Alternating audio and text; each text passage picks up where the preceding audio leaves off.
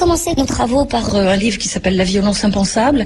On peut dire qu'encore aujourd'hui, ça reste vraiment impensable que des femmes utilisent sexuellement des enfants pour leur plaisir sexuel à elles, qui est souvent d'ailleurs un plaisir de l'exercice du pouvoir. Elles sont tout à fait dans l'état d'esprit du criminel, c'est-à-dire que l'enfant devient objet de leur satisfaction sexuelle et on n'est pas loin de la pulsion infanticide. Est-ce que les femmes ont un profil type? Je dirais que ces femmes, elles ont quelque chose en commun qui est très différent des hommes agresseurs, c'est qu'elles reconnaissent très vite ce qu'elles ont fait. À partir de là, on peut aller rechercher avec elles la façon dont elles ont elles-mêmes été élevées, la façon dont elles ont été elles-mêmes en contact avec des femmes ou des hommes agresseurs, parce que bien souvent, il y a déjà eu sur elles des agressions sexuelles quand elles étaient enfants. Ce sont des chocs sexuels prépubértaires, c'est-à-dire qu'elles ont été attaquées avant leur puberté, et au moment où elles deviennent mères, où elles sont en contact avec des enfants, elles sont débordées par la pulsion et elles attaquent. Est-ce que c'est possible qu'une femme soit agresseuse sans avoir été agressée?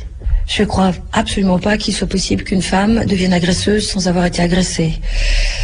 Même si parfois elles n'ont pas été directement victimes sur leur corps, elles peuvent aussi avoir été le témoin indirect d'agressions sexuelles sur un autre de la fratrie. Mais j'en ai très peu rencontré de cela. Ce que je vois pour l'instant, c'est vraiment des anciennes victimes enfants.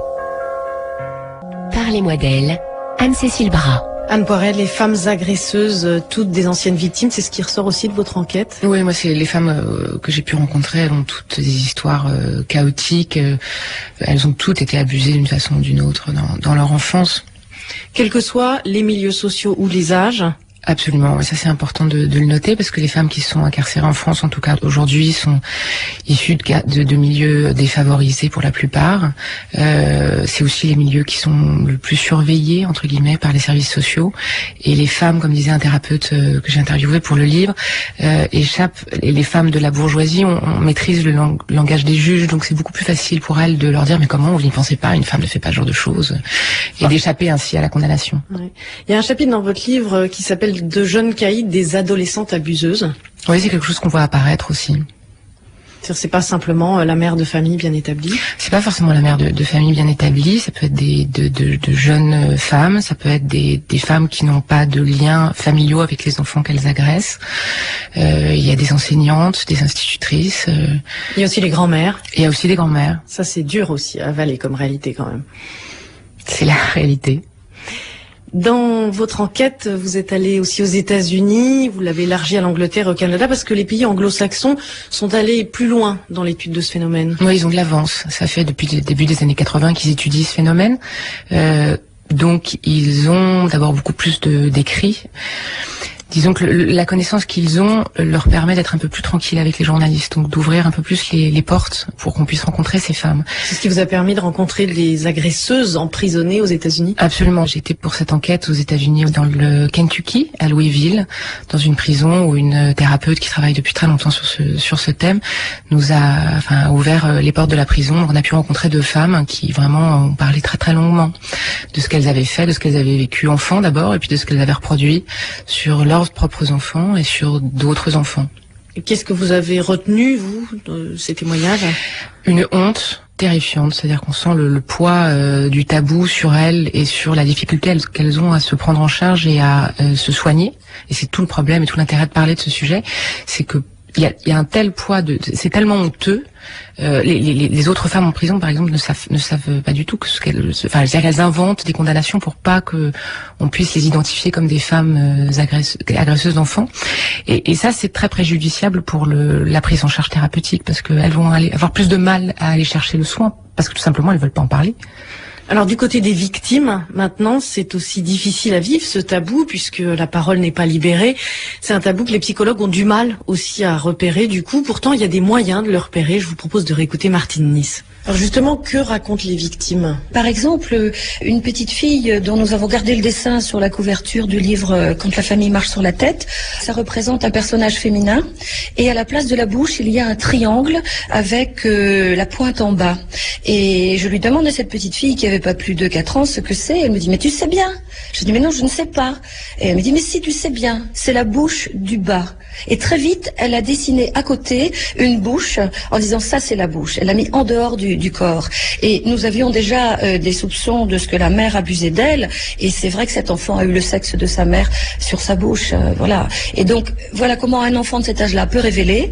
Alors après, aller essayer de faire comprendre ça à certains magistrats ou psy pas du tout avertis, c'est difficile. Est-ce qu'il y a des conséquences différentes sur un enfant quand c'est la mère qui agresse? Alors, c'est vrai qu'elles ont du mal à faire des enfants. Elles ont peur d'être débordées par ces pulsions qu'elles sentent les traverser de temps en temps. Si ça n'était pas conscient, c'est-à-dire si les traumatismes étaient amnésiés, refoulés, elles peuvent parfois devenir mères et retrouver les souvenirs lors de l'accouchement, par exemple, ou au moment où leur enfant atteint l'âge qu'elles avaient elles-mêmes quand la mère a passé à l'acte sur elles. Et à ce moment-là, il y a une dépression, et la dépression peut être positive, c'est-à-dire qu'elle les amène en thérapie. Mais la crainte au niveau d'elle-même en tant que mère apparaît à un moment ou à un autre. Anne Poirel, la difficulté qui persiste aujourd'hui pour les victimes, c'est aussi le déni de justice, c'est-à-dire justement le fait que la justice n'ait pas envie d'entendre ces victimes. Ça change, ça évolue. Il y a quelques années, c'est effectivement le cas où on ne croit pas ces victimes et donc on leur rend pas justice. Alors les grands procès, j'imagine, comme celui d'Angers ou celui d'Outreau, plus récemment, ont dû aider quand même à délier les paroles, puisque là, il y avait des femmes agresseuses sexuelles. Oui, à Angers, c'est le plus gros procès de pédophilie qui a jamais eu lieu. Il y a plus de 60 personnes dans le box des accusés, il y a un tiers de femmes. Donc, les faits sont absolument épouvantables, il y a de nombreuses victimes, c'est vraiment un procès absolument atroce. Et le fait qu'il y ait un tiers de femmes, ça permet aujourd'hui d'avoir une base solide médiatique pour dire attendez, ça existe, voyez. Voilà, là c'est quelque chose d'indéniable, de concret et dont on a énormément parlé. Donc pour beaucoup de magistrats, beaucoup de thérapeutes, beaucoup de policiers, ça a changé les choses parce que tout d'un coup c'était pas un fantasme, c'est quelque chose qui existait.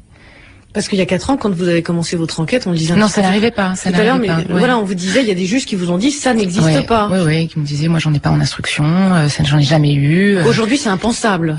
Aujourd'hui, c'est impensable, oui. Aujourd'hui, grâce à Angers, entre guillemets, malheureusement, voilà, il y a une base solide et ça peut arriver, ça arrive. Mais de là à accepter dans, je dirais, l'ambiance feutrée d'un cabinet, d'entendre une victime qui parlerait d'une agression subie par sa mère, c'est peut-être un petit peu difficile quand même, encore aujourd'hui. Oui, il y a certainement beaucoup de chemin à faire. Martini, justement, a l'habitude de dire que on en est un petit peu au même stade que pour les victimes d'hommes il y a 10-15 ans. Et c'est vrai que à cette époque-là, c'était vraiment, c'était très très difficile de porter plainte, c'était très très difficile d'en parler, c'était vraiment presque héroïque de dénoncer son père, son oncle ou un instituteur. Et je pense qu'on en est un petit peu au même stade aujourd'hui. Pour les femmes. Pour les femmes.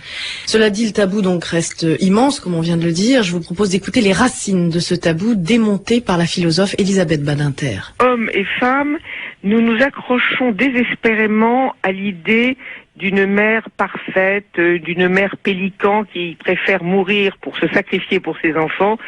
Et donc une image totalement illusoire de la mère, non pas parce que les femmes sont nécessairement méchantes, pas du tout, mais parce que nous sommes les mères que nos parents ont permis. Donc je pense qu'on s'accroche à ce tabou parce que si même une mère peut faire mal à son enfant et peut l'agresser, alors on a le sentiment que le monde s'écroule. Il n'y a plus rien de sécurisé. Alors, ce qui aide peut-être à accepter ce tabou, c'est que justement, la plupart des mères coupables, je dirais, sont des anciennes victimes. Mais on pourrait en dire autant des hommes abuseurs. Je veux dire, on a une proportion incroyable à vouloir disculper les mères de tout, et en particulier de la pédophilie. Mais les hommes pédophiles d'eux-mêmes ont eu des enfances très perturbées, et les hommes agresseurs ont été agressés. Donc ce qui est propre aux femmes l'est aussi pour les hommes. C'est vrai que hommes et femmes pédophiles reproduisent des comportements souvent qu'ils ont subis quand ils étaient enfants. Et de cette façon, on pourrait dire qu'ils sont les uns et les autres non responsables. Il faut les juger, il faut les empêcher de nuire et surtout arrêter cette espèce d'hérédité perverse qui se reproduit de génération en génération. Mais en fait, on ne naît pas mère, on le devient. Et c'est vrai que quand on a un passé difficile, on peut être amené à ce genre de comportement. On devient mère difficilement. Vous savez, la condition moyenne de la plupart des femmes, c'est d'être une mère médiocre. Tout simplement parce que c'est la chose la plus difficile au monde que de savoir exactement ce dont notre enfant a besoin. De n'être ni trop proche, ni trop éloigné, ni trop tendre, ni trop froide. C'est extraordinairement difficile. Et moi, j'ai coutume de dire que la bonne mère, celle que nous avons d'une façon illusoire dans la tête, est aussi rare qu'un génie comme Mozart. Il faut faire face à notre médiocrité et il faut combattre nos perversités et en arrêter le cours. Et je pense que le livre d'Anne Poiré est absolument essentiel parce que nous devons regarder la vérité en face. Et c'est vrai que c'est difficile dans cette société, puisqu'on a bien vu par exemple la levée de Boisvert qui avait soulevé votre livre Fausse route que vous avez publié en 2003 où vous expliquiez que face à la violence, les hommes et les femmes sont égaux finalement. Oui, mais c'est assez incorrect en ces temps où on a à la bouche que la violence masculine et les femmes battues. Je remarque que on est étrangement aveugle à l'égard de la violence féminine. On ne veut pas la voir, on considère que c'est un mauvais coup porté aux femmes que de la dénoncer. Et moi, je pense qu'il faut dire la vérité et ne pas se détourner les yeux pour des prétextes, je dirais, presque politiques. Il y a des femmes tortionnaires, vous avez qu'à vous souvenir des photos d'Abu Ghraib. Il y a des femmes qui sont, des jeunes femmes qui sont aujourd'hui dans la violence physique, dans les bandes, dans les banlieues. La violence, je dirais qu'elle s'acquiert dans l'enfance. On ne naît pas violent, on le devient aussi en fonction d'un environnement. Je crois que l'environnement est tel aujourd'hui que les jeunes filles et les femmes en particulier sont plus à même d'exprimer leur sadisme, et il y a du sadisme chez les femmes comme chez les hommes. Et ça, il faut l'accepter, Anne Poiré, justement, c'est l'objet de votre livre et aussi de cette émission finalement, parce que si on accepte cette notion de femme pédophile, femme incestueuse qui existe, et bien ça permet aux victimes d'une part de libérer leur parole et aussi aux femmes qui sont agresseuses, éventuellement d'aller frapper à des portes pour se faire soigner. Ah mais évidemment, c'est très très important pour évidemment pour les victimes de pouvoir en parler, de pouvoir être pris en charge et aider, mais évidemment pour ces femmes, parce que c'est aujourd'hui c'est tellement tabou que même une femme qui se poserait des questions, qui aurait des pulsions sur ses enfants mais qui serait pas encore passée à l'acte, elle peut pas aller en parler à un thérapeute aujourd'hui. C'est trop honteux. C'est impossible de le formuler. Donc je pense que l'idée de pouvoir, si on peut l'accepter, si la société peut accepter que ça arrive, que c'est terrifiant, que c'est terrible, mais que c'est une réalité, ces femmes-là pourront avoir accès à du soin et peut-être éviter de passer à l'acte. L'ultime tabou, c'est publié aux éditions Patrick Robin. Vous pouvez aussi lire le livre de Martine Nice, Quand la famille marche sur la tête, inceste, pédophilie et maltraitance, publié aux éditions du Seuil. Merci Anne Poiré. Merci.